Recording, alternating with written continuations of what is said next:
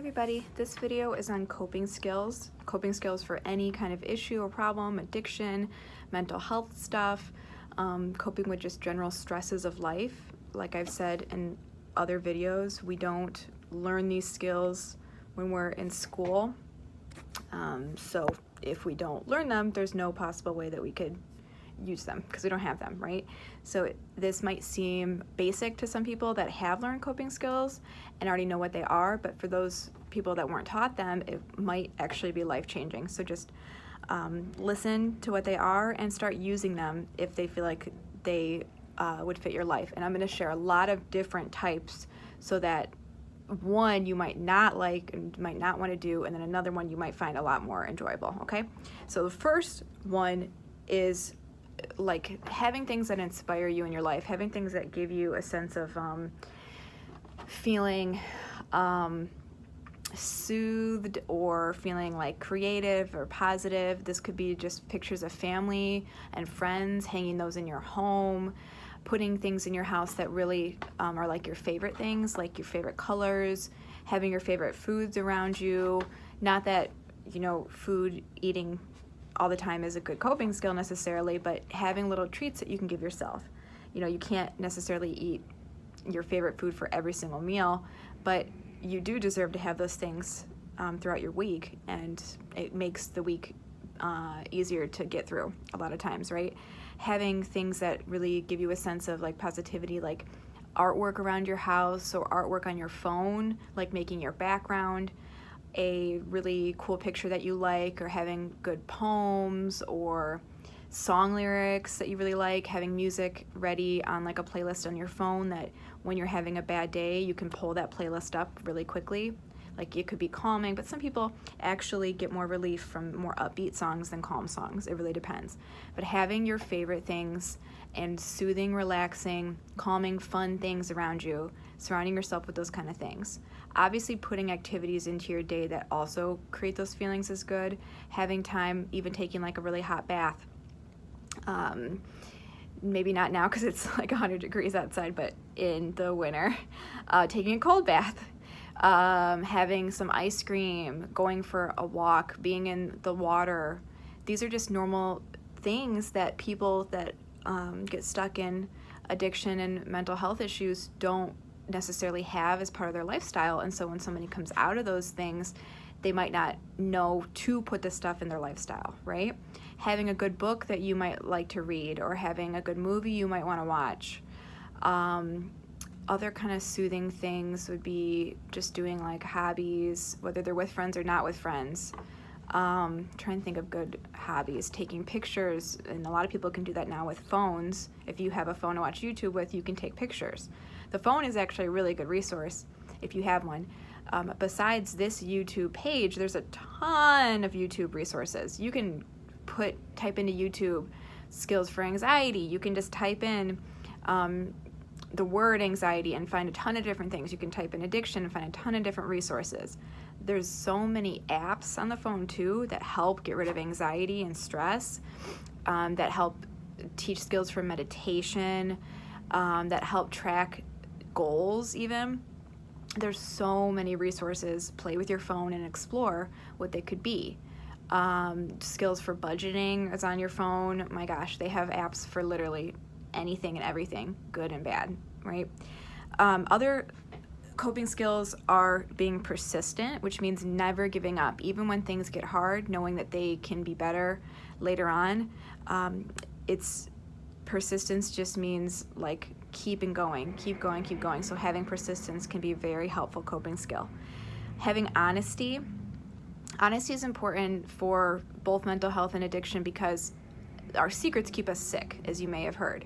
So sharing our secrets with people that we trust, not just anybody, people that we trust, we get to know. Our therapist can be a really good source for that. They can lift this weight off of our chests. And if you watch the shame and guilt video, it's the same concept. If we keep secrets, we keep our shame. So letting that go. Crying, just letting ourselves cry. We a lot of times don't let ourselves cry, but no matter what gender you are, crying is still helpful, very helpful. Taking good care of our bodies, and that's just basics, eating right, sleeping, exercising, having safe sex, getting enough water, especially during these really hot months. You'd be amazed the difference it can make on a day you drink water versus you don't. You don't really notice it unless you're thinking about it, but it really can make a huge difference. It can help your mood become better. It can help your brain work better. It's really important.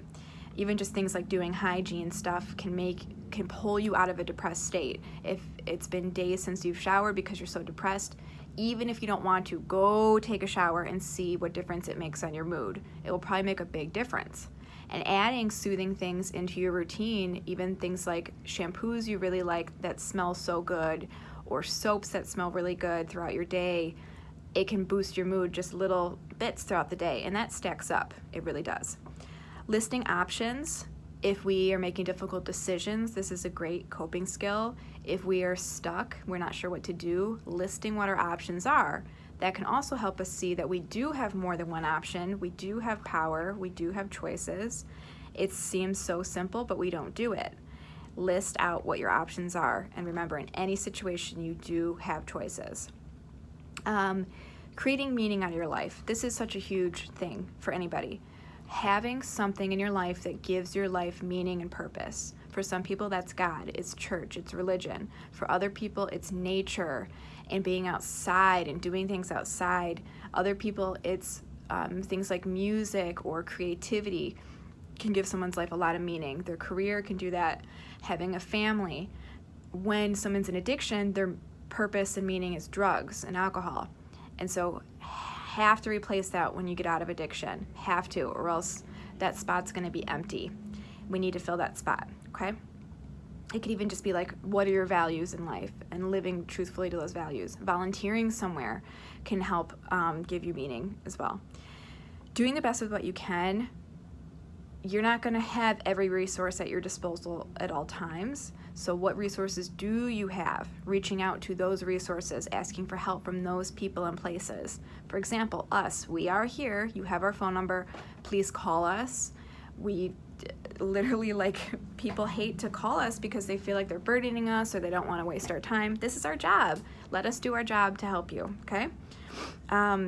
Setting boundaries, and I'm going to have a whole different video on that, but because it's a really hard topic. But if we can start setting small boundaries, it can make us feel a lot better about ourselves, right? Having compassion for ourselves. This is hard to do when we have guilt and shame, but giving ourselves some credit for the small things that we do throughout the day. If we even get out of bed, give yourself credit for that. That's not easy to do. If we brush our teeth, if we take a shower, if we cooked a meal, if we got out of the house today, if we went to therapy, give yourself credit for all of these things that you do. Those are not easy things to do, especially when someone is suffering with an illness, and people aren't going to recognize those things. They're not going to give you an award for getting out of bed, but you should give yourself one. You should give yourself props for that, because you know what it's like to live in your body, in your head, and it's not always easy to get out of bed. It's not always easy to get to sleep. It's not always easy to eat, all right? Give yourself credit for when you do those things that are hard, right? Okay, talking yourself through your stuff, whatever it might be, the challenge in front of you, talk yourself through it. Talk yourself, like I said, listing choices is a good thing, but also talking through, just like you would with a friend, what possibilities there are, how the situation affected you. You can talk yourself through it if you don't have someone there to listen to you. We don't always need somebody, we have ourselves. And we might not trust ourselves all the time, but we can be dependable and we can be reliable and we can depend on our own selves. And when in doubt, do what's hardest. A lot of times that's what we probably need to do, is the hard thing, and we avoid it and we don't want to do it and this and that, but we probably do need to do it. So, kind of just doing it even though it feels hard, and it's not always easy to do. I don't think this one's on this list I have, but not giving into impulse. If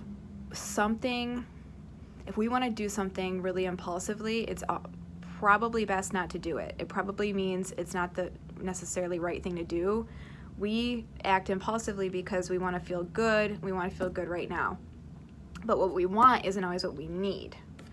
So, is this thing actually healthy for me or not? Instead of acting very quickly to make a decision, wait for a minute, wait for 5 minutes, 10 minutes, and see if your feelings change about it in that time. And in the time, think, what are the pros and cons of doing this thing? How could this hurt me? They say, like, play the tape through all the way to the end and see at the end of the movie how this choice could affect my life, right? And that's with everything, not just using. Imagine creating mental pictures that help us feel better. This is a very powerful tool. Our minds can be so good and healthy and helpful. So if we are struggling with something, we can imagine ourselves getting through the thing, successfully completing the thing that we want to do. It can help us figure out how to do it. Imagine yourself being strong. You can even imagine yourself having armor on and getting through life's problems. Give yourself any tools in your mind that you need to get through the thing that you have to do, or get through the feelings that you have to get through. In your mind, if you don't have a safe place at home or around you, make a safe place in your mind. Make a place that only you can go in your mind, right? Your mind can, your imagination can be so powerful. Seek understanding, not blame, means instead of blaming others for our problems, let's take responsibility and see where we might have messed up. Let's try and understand where we could do better and give compassion to ourselves still, but not just blame everybody else. Blame just delays progress. Blame is a very frustrating thing that I deal with a lot in my job, and it doesn't make the person healthier to blame. It makes them sicker. So taking responsibility for where we messed up, and if you watch the shame and guilt video, you'll see that's not always easy, but it can be really, really, really powerful, okay? Learning more about the things that you might have. If you have addiction, learning more about that, learning more about post-traumatic stress disorder, if you have that, more about trauma, which I'll have videos on here about that. Just learning about yourself. Knowledge is power. Learning about different skills you can use. Learning about how systems work, if you're in the legal system, if you're in the child protective services system. Learning about resources in your community. Just anything you can learn is super helpful. Knowing alone is better than in a bad relationship. And if you've watched the videos on relationships so far, being alone is very difficult and we're not used to it a lot of times, but trust me, it is better than being in a crappy relationship. Creating a new story. I love this one. Your past, you're not responsible for putting yourself down, but you are responsible for getting back up. I really like that quote. So you are the author of your life and decide which path it takes now. You didn't decide necessarily when you were a kid which path it was going to take, but now you can have power to create that path. So choose which path you want to do wisely, and know you do have the power a lot of times to do it, even if you don't feel like it. Ask others for advice. Ask others if what you're feeling is accurate, if what you're believing is accurate. Get other people's feedback, but also, like I've said, that you trust, okay? Get organized. Even just like making little improvements in your house for organization can make you feel so much better. You don't have to do this thing where people do all or nothing, and I've done it too, where it's either I clean my whole house or I don't do anything. Clean one thing at a time. Clean one drawer out at a time. Literally, it's all it has to be. One drawer, one side of your closet, one shelf, and you will feel so much better just doing this little one, and it will start to build on itself, okay? Other things, attend meetings can be really helpful. So meetings in our community, we have Alcoholics Anonymous, we have Narcotics Anonymous, we have Celebrate Recovery, we have tons of good meetings. And if you Google those meetings, their name, and then the town you live in, you can find ones close by. And we are a small county, but we still have a lot of meetings in this county, and they're free. You just show up, and they're anonymous and confidential, and you have other people that have been through similar things as you help you through your situations and give you support. You won't feel so alone going to those meetings, right? Try something, anything. Try to do something for your health today. It doesn't matter what it is, just try something. It can be anything for your health. Just do it, just try it. You can try a new, different thing tomorrow. If this one doesn't work, just get up and try something, okay?